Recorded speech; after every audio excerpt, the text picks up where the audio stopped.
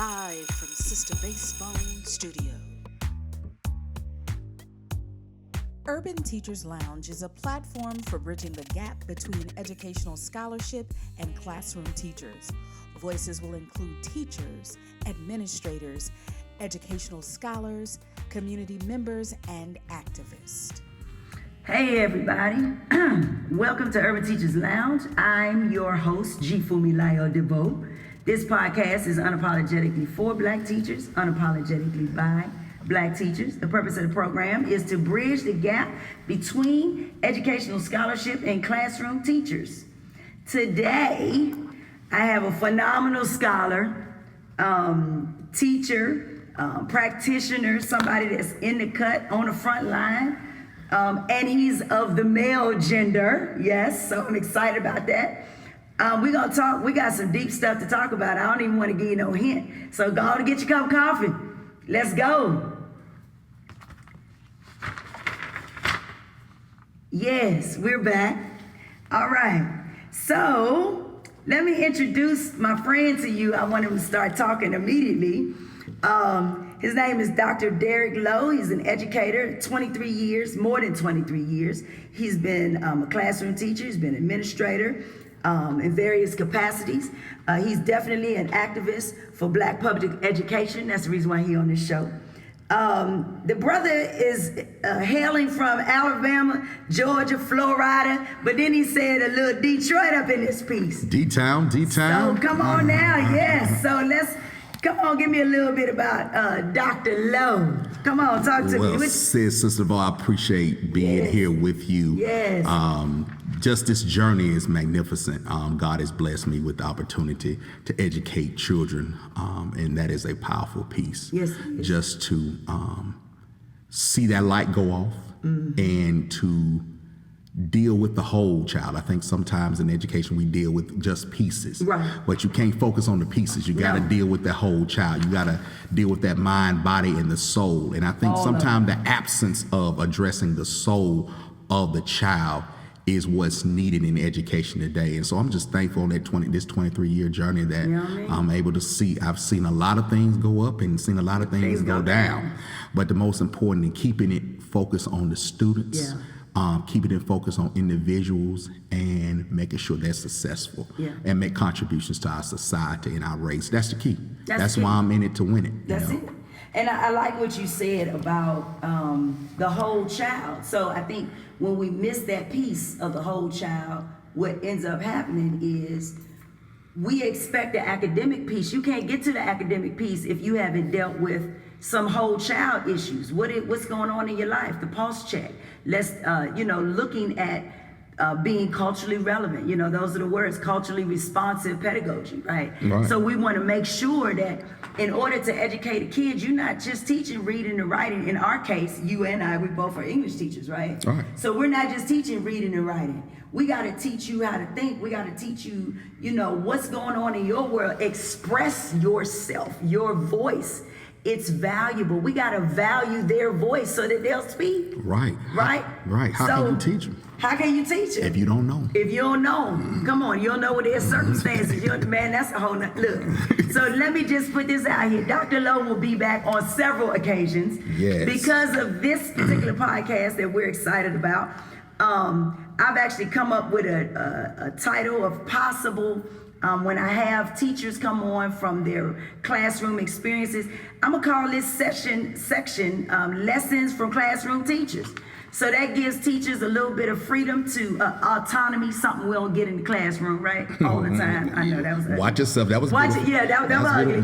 But I want to give a little autonomy to some teachers when they come on because they need to share what they're doing. How they're working, how they're being culturally relevant, how they're capturing our kids, even though it might not show up in the test, right? So let's start this thing. So what we're going to talk about today, we're both English teachers. We were talking today, and he's teaching Beowolf. Yes. And I'm teaching Animal Farm. So I'm going to start with my great friend. I love Fredrick Douglass. From the narrative of the life of Fredrick Douglass, This is going to land this discussion around reading, around thinking, critical thinking, and getting our kids to that point. And maybe challenge our thinking on why we do not have, why the education system for black people still look the same that it did in Reconstruction. I said it. Wow. Boom, get you. So now let's talk about the great Fredrick Douglass. He said, I quote, in the life of Fredrick Douglass, this is chapter 6. I always teach this Quote in my it. class. Quote. So let me give you a little backdrop.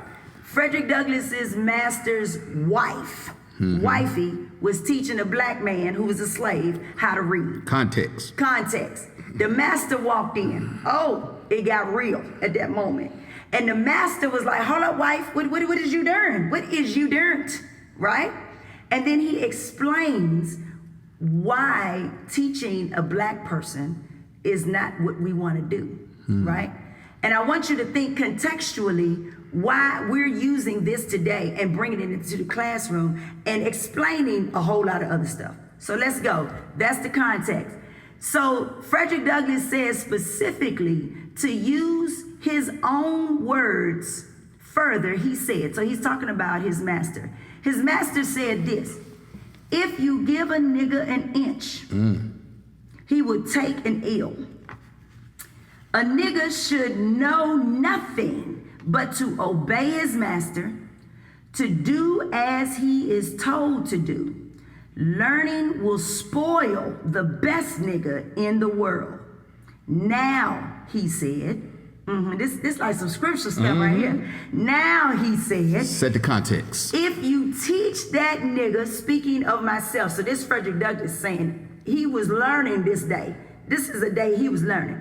He said, if you teach that nigga how to read, there would be no keeping him. Number one, it would forever unfit him to be a slave. Number two, and number three, he would at once become unmanageable and of no value to his master. Now, before I let Lowe loose on this, I'm just gonna throw one thing out. You know I'm ready to jump now. This is what he say all the time. I'm gonna throw one thing out.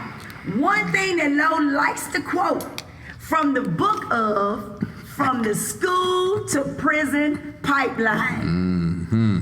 Now we're gonna start there, but then we're gonna bring our English teacher piece in. So I'm gonna tell y'all so you can keep us on track. We're gonna start there.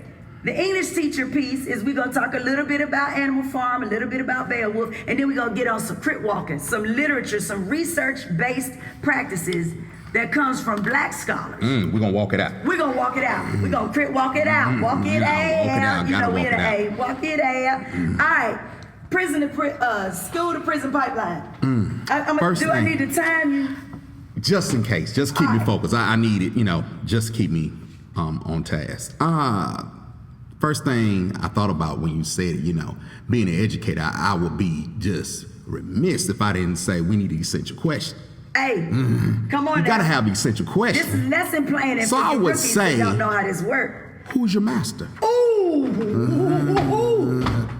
You gotta have the essential question in order to deal with the text. We have the text, now we gotta put it in context. So my essential question, if I have to the world, is who's your master? Who's your master? Because you're going to have to deal with that question in your mind.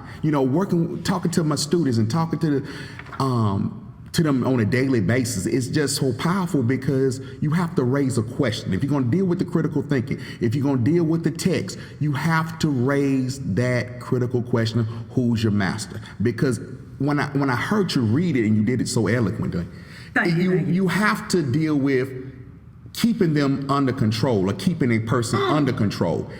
The lack of education. Wait. The lack of education. See, it's so much. I gotta slow it down. You gotta unpack this thing, I wanna jump on this thing, but I gotta slow this thing down. I'm a little older, so I can't jump on moving trains. So I gotta slow it down a little bit.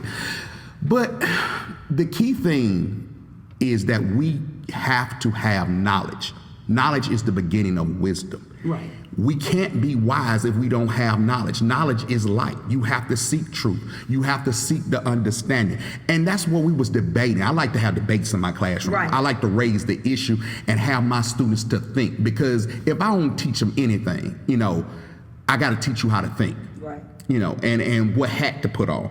And so if you look at what Brother Douglass is talking about, we have to get beyond that, because he saw something. He painted the picture of in the 1800s of what it was apocalyptic, because he sees this future of what's affecting our people in this struggle.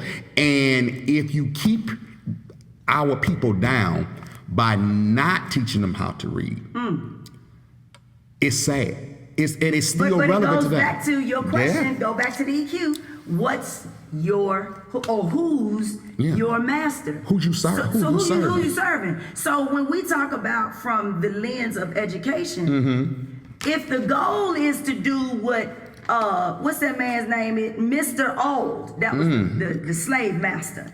If the goal is to maintain a slave, and I'm gonna try not to drift. If the goal is to maintain a slave, then why would we teach you efficiently and effectively, right?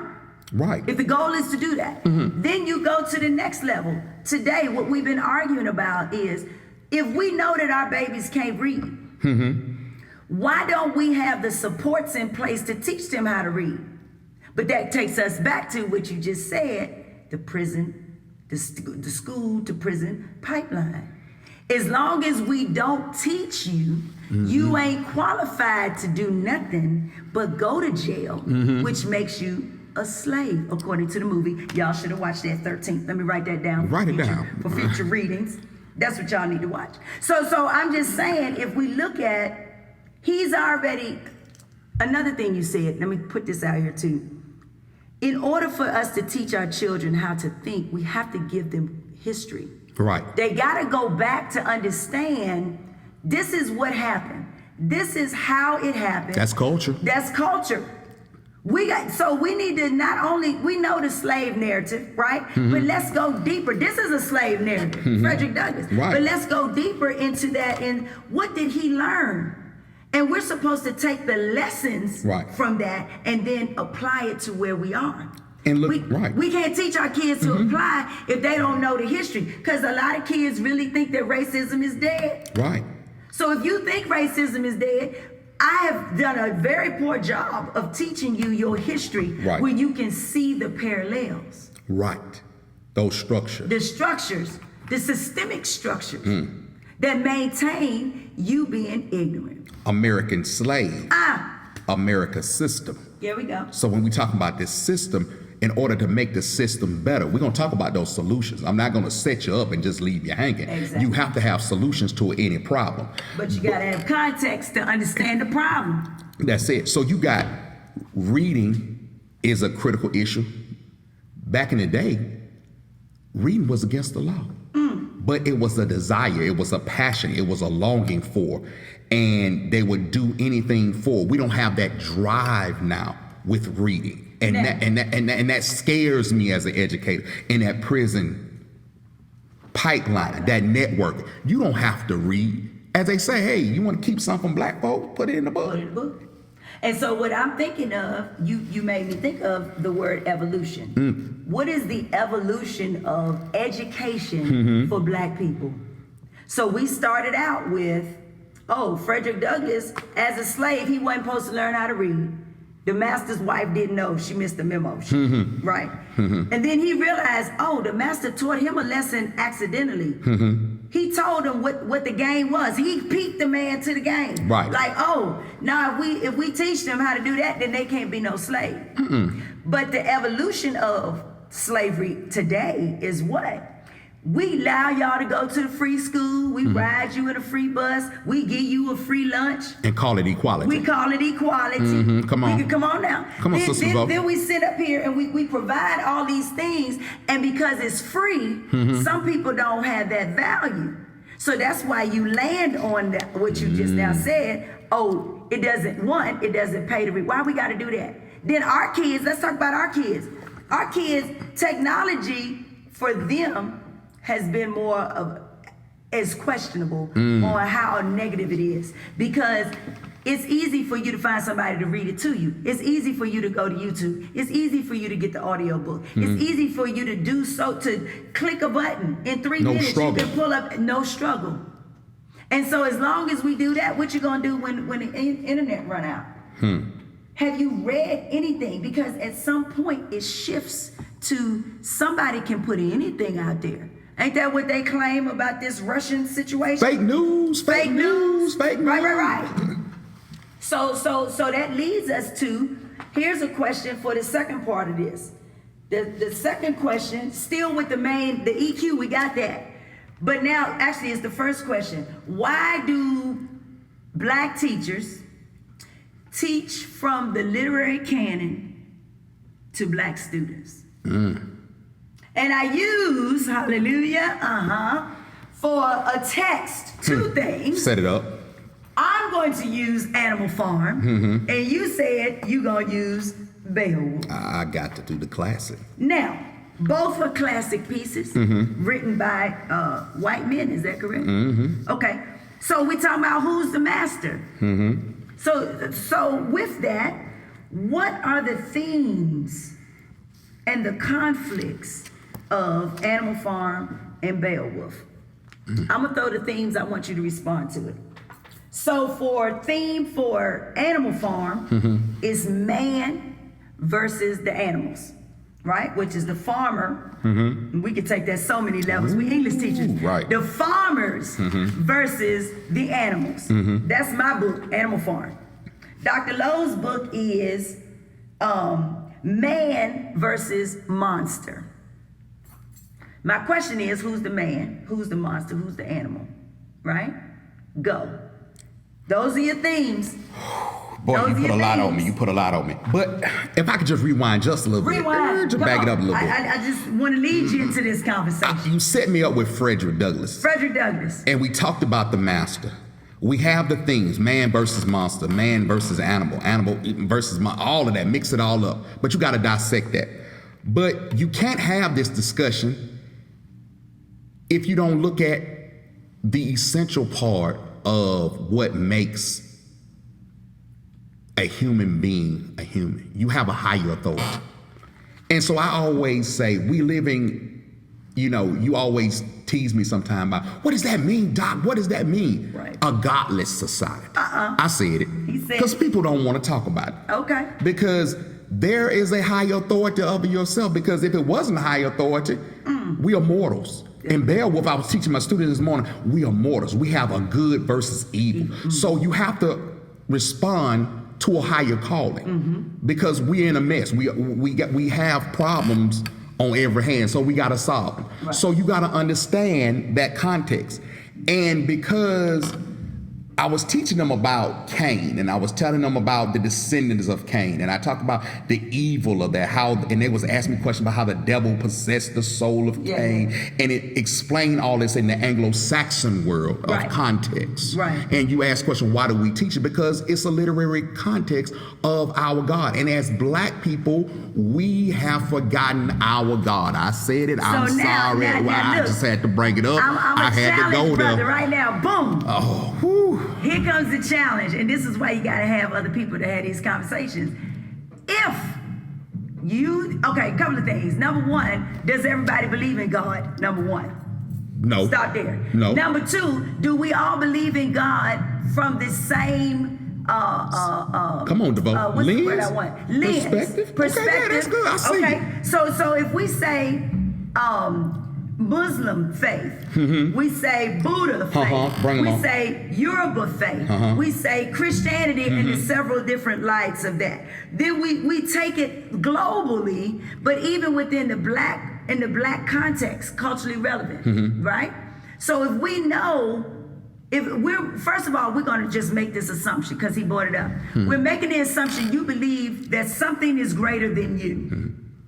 So the question is, back to your EQ, who is the master? If you're saying that the master, who is your master? If you're saying that your number one answer is God, whatever that is, whoever you call him, Allah, Jesus, Oladumare. And we respect all. And we respect all. We respect all. But the point, I think, where we had this conversation earlier, I said, make sure you add moral code, because at the end of the day, there it is. The whole reason for religion, in my opinion, and I'm just, a squirrel trying to figure this thing out. The whole point of religion anyway is for your moral code. Right. For you to, and so you challenge by saying, when we come into the classroom, what is your moral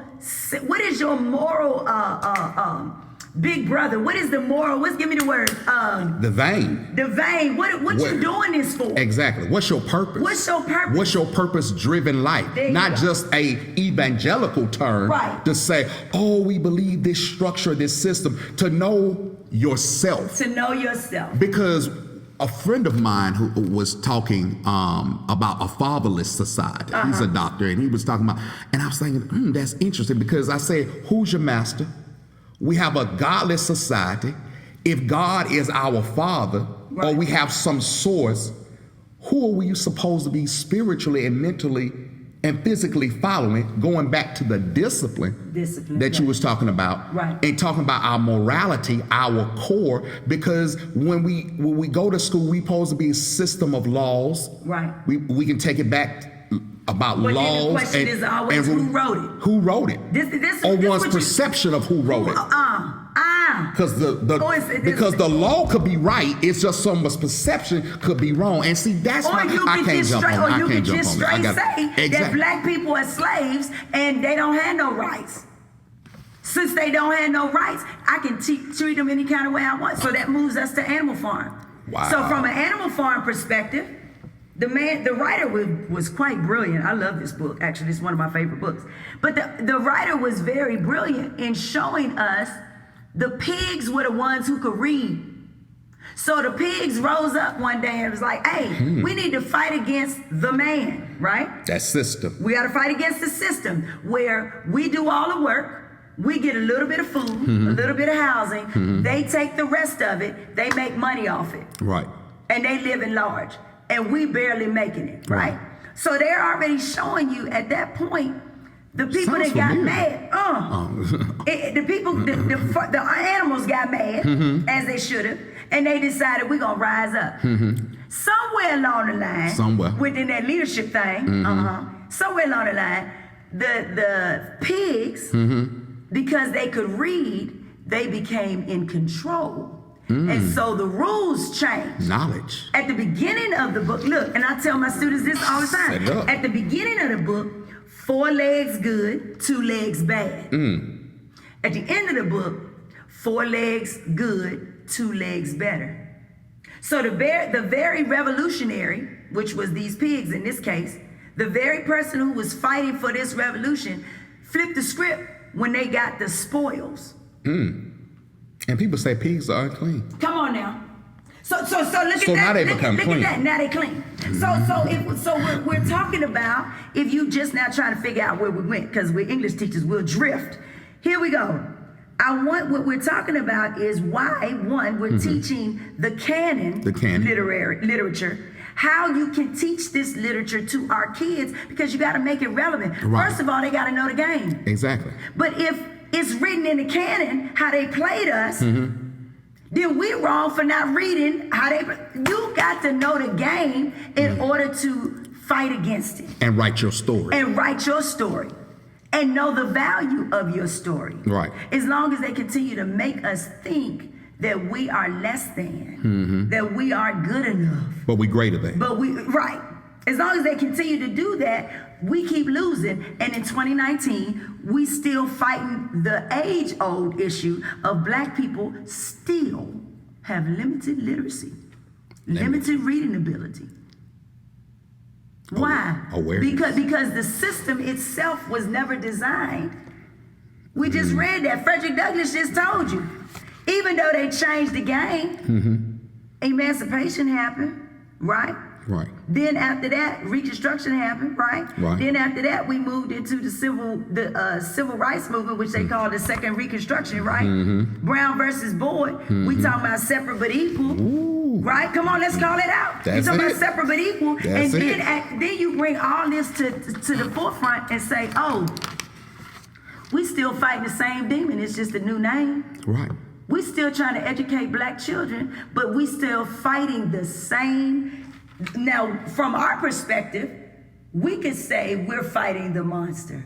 Right. Or we're fighting the monster. animals. If you want to come back to your word, right. Moral code. Moral code. Because animals don't have no morals that we know of. Right.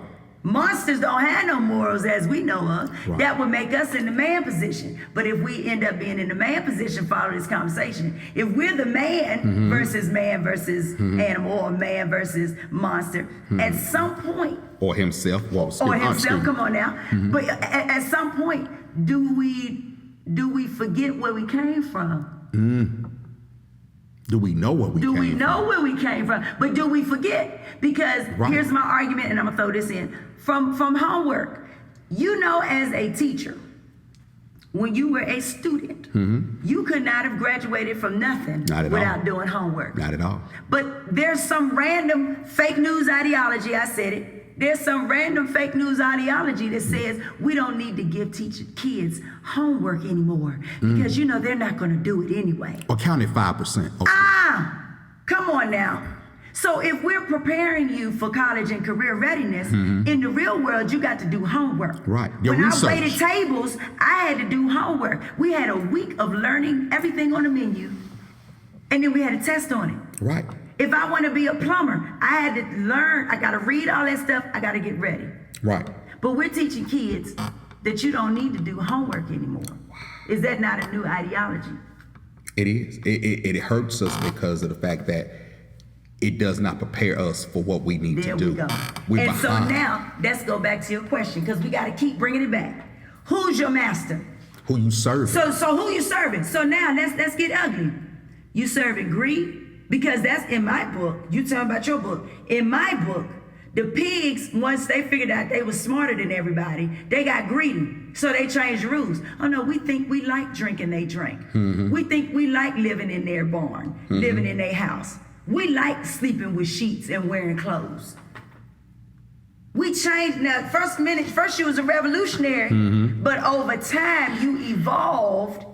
And so that's a whole nother book. Here we go. Pedagogy of the oppressed. Right. The oppressed becoming the oppressor. The oppressed becoming the oppressor. So now as black teachers, here's my challenge. As a black teacher, we don't want to be the oppressor. We can't afford to.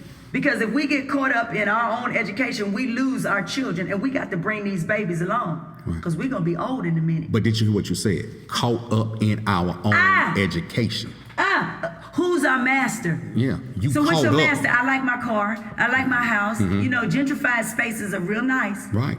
Right? And so what do I need to do? Oh, I don't have to get him homework. You don't want me to get him homework? Okay, I'm not going to give him homework. So has capitalism become your God? So who do you worship? So, and I like to say your portion of privilege. So you become privileged. We all are privileged. But the question is, how big is your portion? Right. Because every black person in America is privileged. Let me show you how. We all live in a society where there is an opportunity. We don't all get it, but there are opportunities available, maybe. In free education, you're bound to run up on one teacher that's going to tell you the truth. True. In a 12-year stint, I am convinced personally that you're going to find at least one teacher that's going to tell you the truth. So with that, we all have a privilege that other people don't have, right? Now here's a part of that, the problem of that privilege. We also are privileged to learn the wrong thing. Hence, you threw that out. Go on and throw them out. Carter G. Woodson, the miseducation of the Negro. Okay, we're going to leave it there. But we're going back to who's your master? So tell me, because I'm talking now, you talk. Tell me, man versus monster, what does it look like? That conflict of what is the storyline and how does it relate here? I love the movie New Jack City. Oh. So we're gonna switch Beowolf to New Jack City, but it's the same thing. It's the same thing. Tell us the thing. Because if you look at the bloodline, and I teach my students, I said, look at all the blood. Look at how Cain sets up where Satan possesses his body and say, you can't defeat anyone. You can't defeat me with my own instrument, the sword itself. So Beowolf has to be the supernatural hero, or the gods, or the eternal God who you possess or who you worship, seizes into humanity, and as it seizes in humanity, defeats Cain and defeats the devil in the ultimate battle. And with that ultimate battle, he rips the arm out. You see the sinews and the muscles and everything, and the arm becomes a trophy, and we get into other battles because Cain is defeated because he was defeated by a natural man. There we go. Was a weapon that was not made by man. And so when our students start listening to that, they're like, wait a minute, good versus evil in our society. Yeah, they hear the statement as it when held in the literary canon of Beowolf as into the literary canon of New Jack City. Right. Which is a contemporary and literary work. But we don't want to teach it like that could be a literary work, or that's an excerpt that we can use to get our young people to think critically, to see the visual, to paint the picture of the narrative. Relevant pedagogy. So when you see that and you bridge that, when he says living just enough for the city. So what does the city looks like? And what our city of education is looking like? Okay. Because you see, am I my brother's keeper? And that goes back to who's your master? Because for me, my master, when I come into this building, outside of all the spiritual things that I may do, it's these kids. Right. I owe these children like the elder teachers that taught us. Right. The ones that influenced my life us, and your life, right. They felt a responsibility and an accountability. That's my master right there. When I come into this class, I'm accountable and I'm responsible for making sure that I prepare them the best with whatever I got. Due diligence, give them what I can, and then pass them on to the next person. And teach them how to think. Teach them how to think. Teach them how to fish. So my master is not, let's talk about because some of y'all missed how I was saying this. Let's talk about from a natural perspective, a physical perspective, taking God or supernatural people out of this. Physically, my master is not capitalism. I'm not in here for the check because these people can never pay me enough. Nope.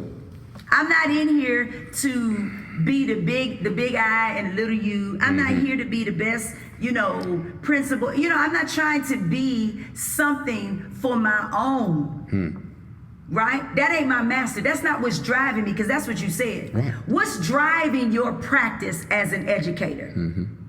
Who's your master? What's driving my practice is not the money, not the prestige. The prestige comes when these babies graduate and you see them 3 years down the line, 4 years down the line. Teachers don't get that immediate gratification of your work. We're gardeners. Right. And as a gardener, we planting seeds, we watering some seeds, we moving some weeds around. Fertilizing. But we might not get to see the fruit until years later. Right. So we have to have faith that what we're doing in good, what was that? In good intent, in good, you just gave me a word, I forgot it. We have to have faith that what we're doing is the right thing. And it's for the right reason. And it's going to come to fruition. Even when we're still fighting in 2019, Black people learning how to read. Teachers deal with sticky notes, and I was just walking in educators, and I saw something where it says, when you want to quit, think about what made you start. Ooh. And as educators, that's part of your worship. Your students are going to worship something. That's why you have all them saying, oh, we can't have phones in the classroom, because they're distracted. Something going to get your attention. There we go. But you got to see, how is that going to benefit you, benefit your race, and make the main thing when you're working on the work and making sure you're doing it effectively. When you get tired, because you're going to get tired as an educator. You're going to get tired as a principal or assistant principal. If you're an effective assistant principal and principal, if you're in it to win it and not for the money or the title. Right. That's another. We got to do a part of it. The title, but you here to service students because they look like you And they don't look like you because it's the best thing to do for all students. The right educational philosophy. And so now you made me think, and I'm going to have to throw this out. I think this was W.E.B. Du Bois. He asked a question, do black children need a black education or do they need education? I got to find the quote now. Because I'm just going to land that right there. And I'll find the actual quote. But he does bring to question, yes, we need to be culturally relevant. We have to be. But we also have to understand what you just said. It should be good practices for teaching, period. Period. White kids need to understand the voicing of black people. Yes. You need to understand Latinx people. You need to understand culturally different sets of people. What have we all done to add or take away from other people? How have we valued or not valued other people? Because we get on our high horse of whatever it is. I'm white, I got money, I got education, I got this, I live in this neighborhood, whatever well, if I'm black, I have money and I have an education. Come on now. Therefore, I'm going to, hold up. What's your calling? Who are you worshiping? And so look, I said this to my kids today. I said, now we got, and now I'm gonna be real political right now. I said, now we have your boy, what's his name? Clarence Thomas. Clarence Thomas is the only black man on the Supreme Court. That brother I know been there for a cool 20 at this point. Yeah, a good 20. I ain't heard him say nothing about nothing black. He ain't saying nothing about Black Lives Matter. He ain't saying nothing about the crack. He ain't saying nothing about nothing that directly affects black people. And the other justices speak. And you have a lifelong appointment. But I'm not going to get into that. But I said that to say we have the title. Now you're in position to make change and you're not. And what did you do? What silenced you? What? Who's your master? We can go there. It's the truth. What silenced you and who's your master? So at the end of the day, let's get to this last piece of bringing in, what was part 3? Because I think we hit that canon. And we do. And one question, I love Joyce King. Yes, that's where I'm going. Let's bring in the research. Because we're talking to a doctor, y'all, so we got to bring in the research. Got to give them some research. Got to give them some factual evidence. So Joyce E. King, I love her. She's at Georgia State. She's a phenomenal woman, and I like that word. Don't judge me. That's why I say it all the time. Joyce E. King, drop what you're going to say. Tell me. Talk to the people. I love when she raises the question, if justice is our objective, how can we educate for true human freedom? And it comes from her work, If Justice is Our Objective, the Diaspora, Literacy, Heritage, Knowledge, and the Praxis of Critical Studying for Human Freedom. It's an insult to hear propaganda that affects any student or any race of people or culture, to tell them, we talking about our monsters, and we talked about all of that earlier in Monsters and Men. They're criminals. They need to be sent back, and immigrants. And I was like, there'll never be nothing. There'll never be nothing. It's similar. They just black. They just black people. It was just another black boy. Why you care? You're trying to normalize that ideology. Right. Go ahead with yours. So you talking about that objective. If we're trying to be justice, if we're trying to be a good individuals, and we're trying to be good leaders, you have to self-reflect. You have to look at your leadership. You have to look at the position that you're in and making sure that it does matter. I hear leaders say, well, socioeconomic status doesn't matter. It does matter. It does matter. But you're the same person who profit off urban education. Build your career. I said it. Build your career off of it. And then once you get there, deny the power thereof, then switch up and be a hitter for Cain. So translation. And not able. Said, here we go. You created the problem. You benefited from the problem you created. Correct. And then you act like you didn't after you've exhausted everything. You've taken everything out of that. Then you flip the script and make it seem like it's our fault. Right. And I got to think about how they say it. But at the end of the day, you created the problem. So let's go back to reading. You don't want me to really teach reading and critical thinking. That's why you got me spinning around with random testing strategies. Staying busy. Like a hamster on the wheel. Oh, just spinning. Work. But you're not going nowhere. Ain't going nowhere. You're not going anywhere. You're just spinning every year. And kids surely ain't learning. Welcome back to school. Welcome back. Let's do it this way. There we go. Let's even do a bash. That's fine. Give them everything they need. Processes and procedures. We waste more money. time on processes and procedures than teaching people to critically think. Because Fredrick Douglass said this. When was this book written? Let me look at it. He said, the man already said you ain't going to be no benefit to me if you're a thinker. Because if you're a thinker, I'm going to question what you're doing and why. Right. And we got to quit giving them everything. You don't want me to question. We got to teach children to question. Right. Teach them to question. Right. And we have to, and because our humanity has been denied, it's nothing wrong with helping. It's nothing wrong with giving. But we can't have a perspective where the illusion is the ultimate weapon, where we give a perception that we have this in order. We have all these things going in the right direction. And that might be 5% when 95% of the battle is getting them to think, getting them to learn, getting them to have a desire, getting them to solve the problem so they won't be in a predicament where when they have to make a decision, that they make the wrong decision, because school is supposed to be the total learning of the child. There we go. Everybody, all the stakeholders. Exactly. Every stakeholder involved in education has a task. They have a task. You have to question yourself. You have to analyze to be better. And I think what Joyce was talking about is, he talking about your humanity is denied. I had a friend of mine who was a great professor of African American studies and literature said, we have, and I teach this, and the deconstruct, where we have desocialization, dehumanization, desexualization, and we have deculturalization. When we have that that's deconstructing a construct, or do we have, like Joyce said, do we have a construct? What does the construct looks like? That's a problem, and that's the battle for educators that we have to be serving as an administrator. I've seen it. You get political.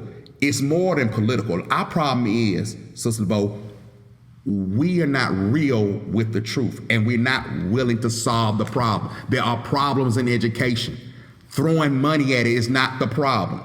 That's a Band-Aid solution. Exactly. Not knowing the social context from which these students learn is a problem, and we need to address it. We need to deal with it. We need to empower and educate our teachers on pedagogy, on curriculum, how to use that, but how to do it for all students, but mainly the students you teaching. The urban education. Exactly. It can't. Why, if you do it for everybody else, why you don't know how to teach them? Let's talk about it. Let's work on the real work. And then moving even beyond that, you're looking at what's the word autonomy. So you cannot say to me in one breath, differentiate your instruction. Look at the assessment and let the assessment drive how you teach. And because I'm driving my instruction on the assessment, you're mad because I literally looked at what the problem was. Translation. If you have kids that are below level in reading, we're English teachers. Set it up. Right? If I know I got kids that are reading below level, then I need to adjust my teaching. That's pedagogy. Right. Curriculum, instruction. I need to adjust that so that I can meet them where they are and pull them up. If I deny the knowledge that they are behind and keep trying to teach them something, what did I do? On a level that they can't do, I frustrated them. That's why we got a dropout problem. That's why we got a graduation rate problem. Because you got 10 years of you taught at a child. And when in my research studies, we talked about doing, right? So doing school. We doing, quote unquote, we're doing teaching. Right. So I wrote it down. Doing school. This is what doing school. I'm teaching That's what your curriculum is. Is that reaching the children? Right. And if you don't want me to do that, stop telling me that's what you want to do. Because there are some people like me, I take that stuff literally. Right. Literally, you told me what's wrong with them, figure it out, and then take them to the next level. I said, they can't read. Here's the proof. This is what I'm going to implement to get them to the next level. Then you tell me, I may not have money to pay for that, one, or you got to keep moving because you're now falling behind the rest of your peers. in what they're teaching. I'm sorry, what? If we're going to talk about differentiation of instruction and reaching each child, in order to do that, I might not be on the same, I might be on page 10. You might be on page 3. Or I might be still in the introduction and you on chapter 4. Right? So since you brought up Joyce E. King, and our time is nearing, but I want to throw this last thing out. Throw it out. Joyce E. King, the book that I've told y'all about a long time, The Transformative Research and Action Agenda of Black Education. I'll give you the correct title. But this is she and some elder scholars. Oh my God. Y'all got to get this book for real. Read the whole book. Don't just read part of it. And we love our skim elders. through it. The way she wrote this book, she led the writing of the book. She was the editor of the book. But she had elder scholars. I'm talking about the greats like Asa Hilliard was a part of this brainchild. Barbara Sizemore was part of this brainchild. Gloria Ladson Billings, Lisa Delpit. Like these are the heavy-hitting black scholars. Y'all need to know these people, right? But at the end of the book, she gave us something to go to the next level. So as elders do, she said, here's the problem. I put it all in one book for you. And now here's an action plan that we suggest. So I've taken it upon myself to like live kind of within this action plan. Let me see which one of these I can tackle. So it's like 10 different things on this action plan. There are, yes, it's 10 different things. But the ones that we talked about, we're going to live on number 3. Number 3 says critical assessments of government mandated reforms and research-based community dialogues among scholars, practitioners, policymakers, parents, and other stakeholders, focusing on issues such as the benefits and social costs of various national reform models. So charter school is a reform model. It ain't working. I said it. Some of them, let me rephrase. Some of them are working. But the for-profit ones, then we go back to our EQ for today. Who's the master? For-profit. Right. Because if you in this thing for teaching for the good purpose of it, then does it need to be for-profit? I threw that out there. So then she says the context and learning experiences that enable teachers as well as parents as well as other caregivers to facilitate, here we go, student literacy acquisition and development. Let's just stop right there. So she's already challenged. This book came out, I believe, in 2005, in the top of the century. She wrote an agenda, her and other elder scholars, that said, we still got to look at this. But she expanded the scope. So teachers need to have a certain autonomy, but all stakeholders got to be at the table. And discuss it. And stop talking about parents, because I'm always going to defend most parents. Here's the issue. They work hard every day. You can't have no meeting at 3 o'clock and think that most parents gonna show up at your meeting. That ain't fair. You're not right about that. That's a process and procedure. You checked the box and said they didn't show up. You knew they weren't gonna show up because they at work. I'm at work at 3 o'clock. You at work at 3 o'clock. So imagine people that don't have the portion of privilege that I speak of, and they catching the bus. Working 3 jobs. Working 3 jobs. Or they work at the Wendy's or wherever they work, fast food. Types of jobs that are they're workers, right? So as a worker, you don't have the privilege to say, hey, I gotta go check on my kid, I'll be back. People who have the jobs that we have that privilege to be like, I'm out. I'm finna take care of mine and I'll be back. I'm not taking care of 130 without taking care of my 2. Exactly. Right? So we wanted to land that piece in here, the scholarship piece of Joyce E. King asked that.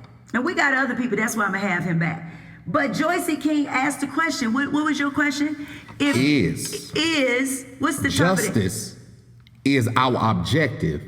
How can we educate for true human freedom? If justice is our purpose, Fredrick Douglass already told you they don't want us to learn, whoever they is, right? Do y'all fill out the they? Whoever they is, are. and it's not limited to. We're reading from the canon. right? And they're showing us who doing the power playing. Right, regardless of race. And then we're going to show you some scholarly stuff looking at through the lens of Joyce E. King. If we really about that life of helping our next generation to be successful beyond working, beyond survival to thriving, when can Black people effectively evolve?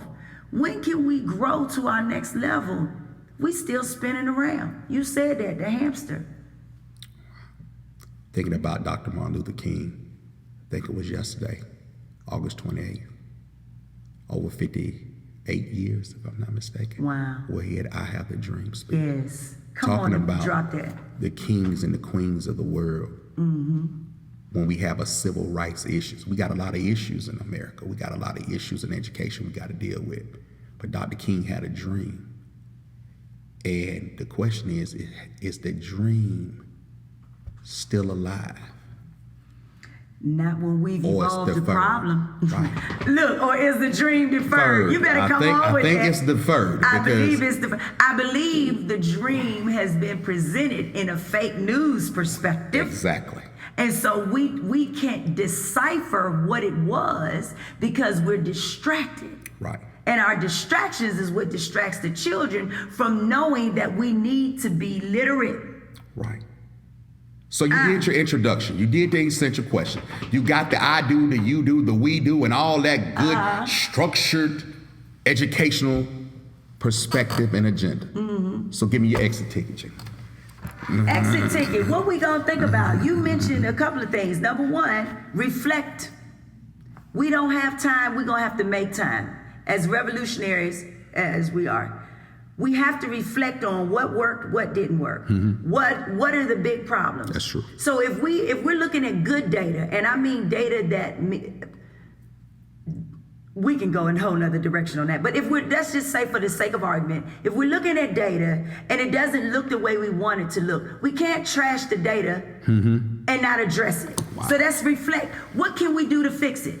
Right now, today, I need a reading program for my students. We don't have no money for it. So I need to figure out with my colleagues, hey, how can we get this reading program?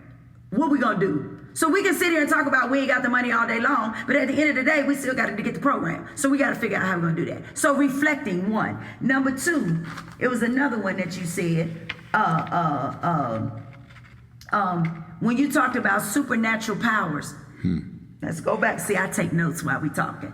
When you talk about the supernatural powers, I said the person who defeated the monster in your book had to have supernatural powers. Is that what you said? Right. That's supernatural. So clearly in animal form, for some animals to rise up against humans, they had to have supernatural powers. So what I'm equating that with is, do we have to have supernatural powers to be revolutionaries, to be activists? Yes, we do. I answered it.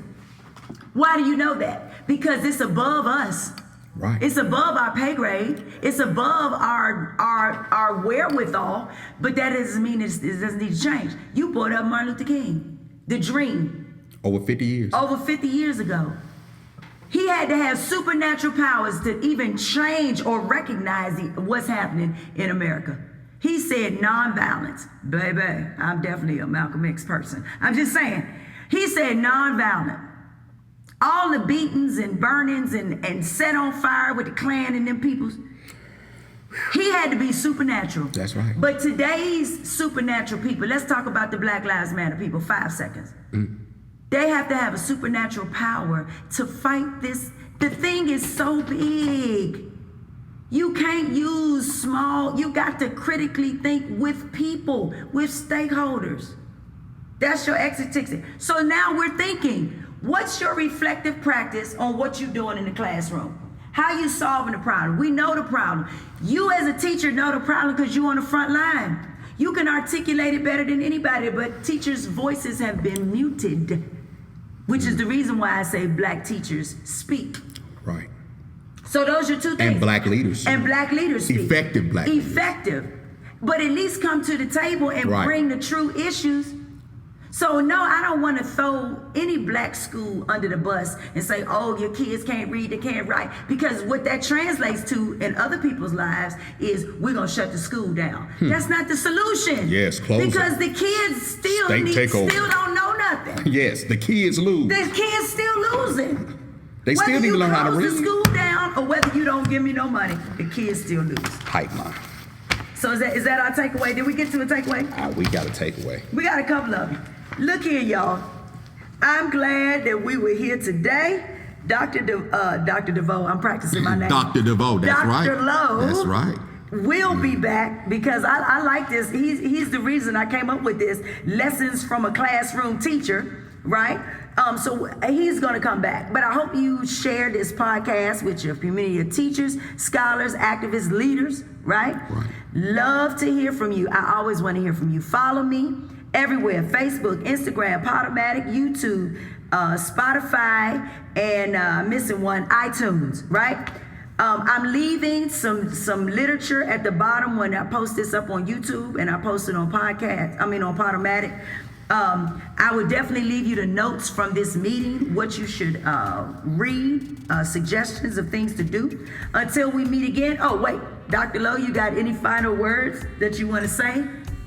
Dr. DeVoe, I just want to say, you see how we claim it. Because that's the story you have to claim. You're going to make me cry. You have to believe podcast. it. See, yes. African American students, we have to believe. We have to understand and appreciate the story and the narrative and tell our story. Yes. But I want to say thank you for inviting me. I enjoyed it.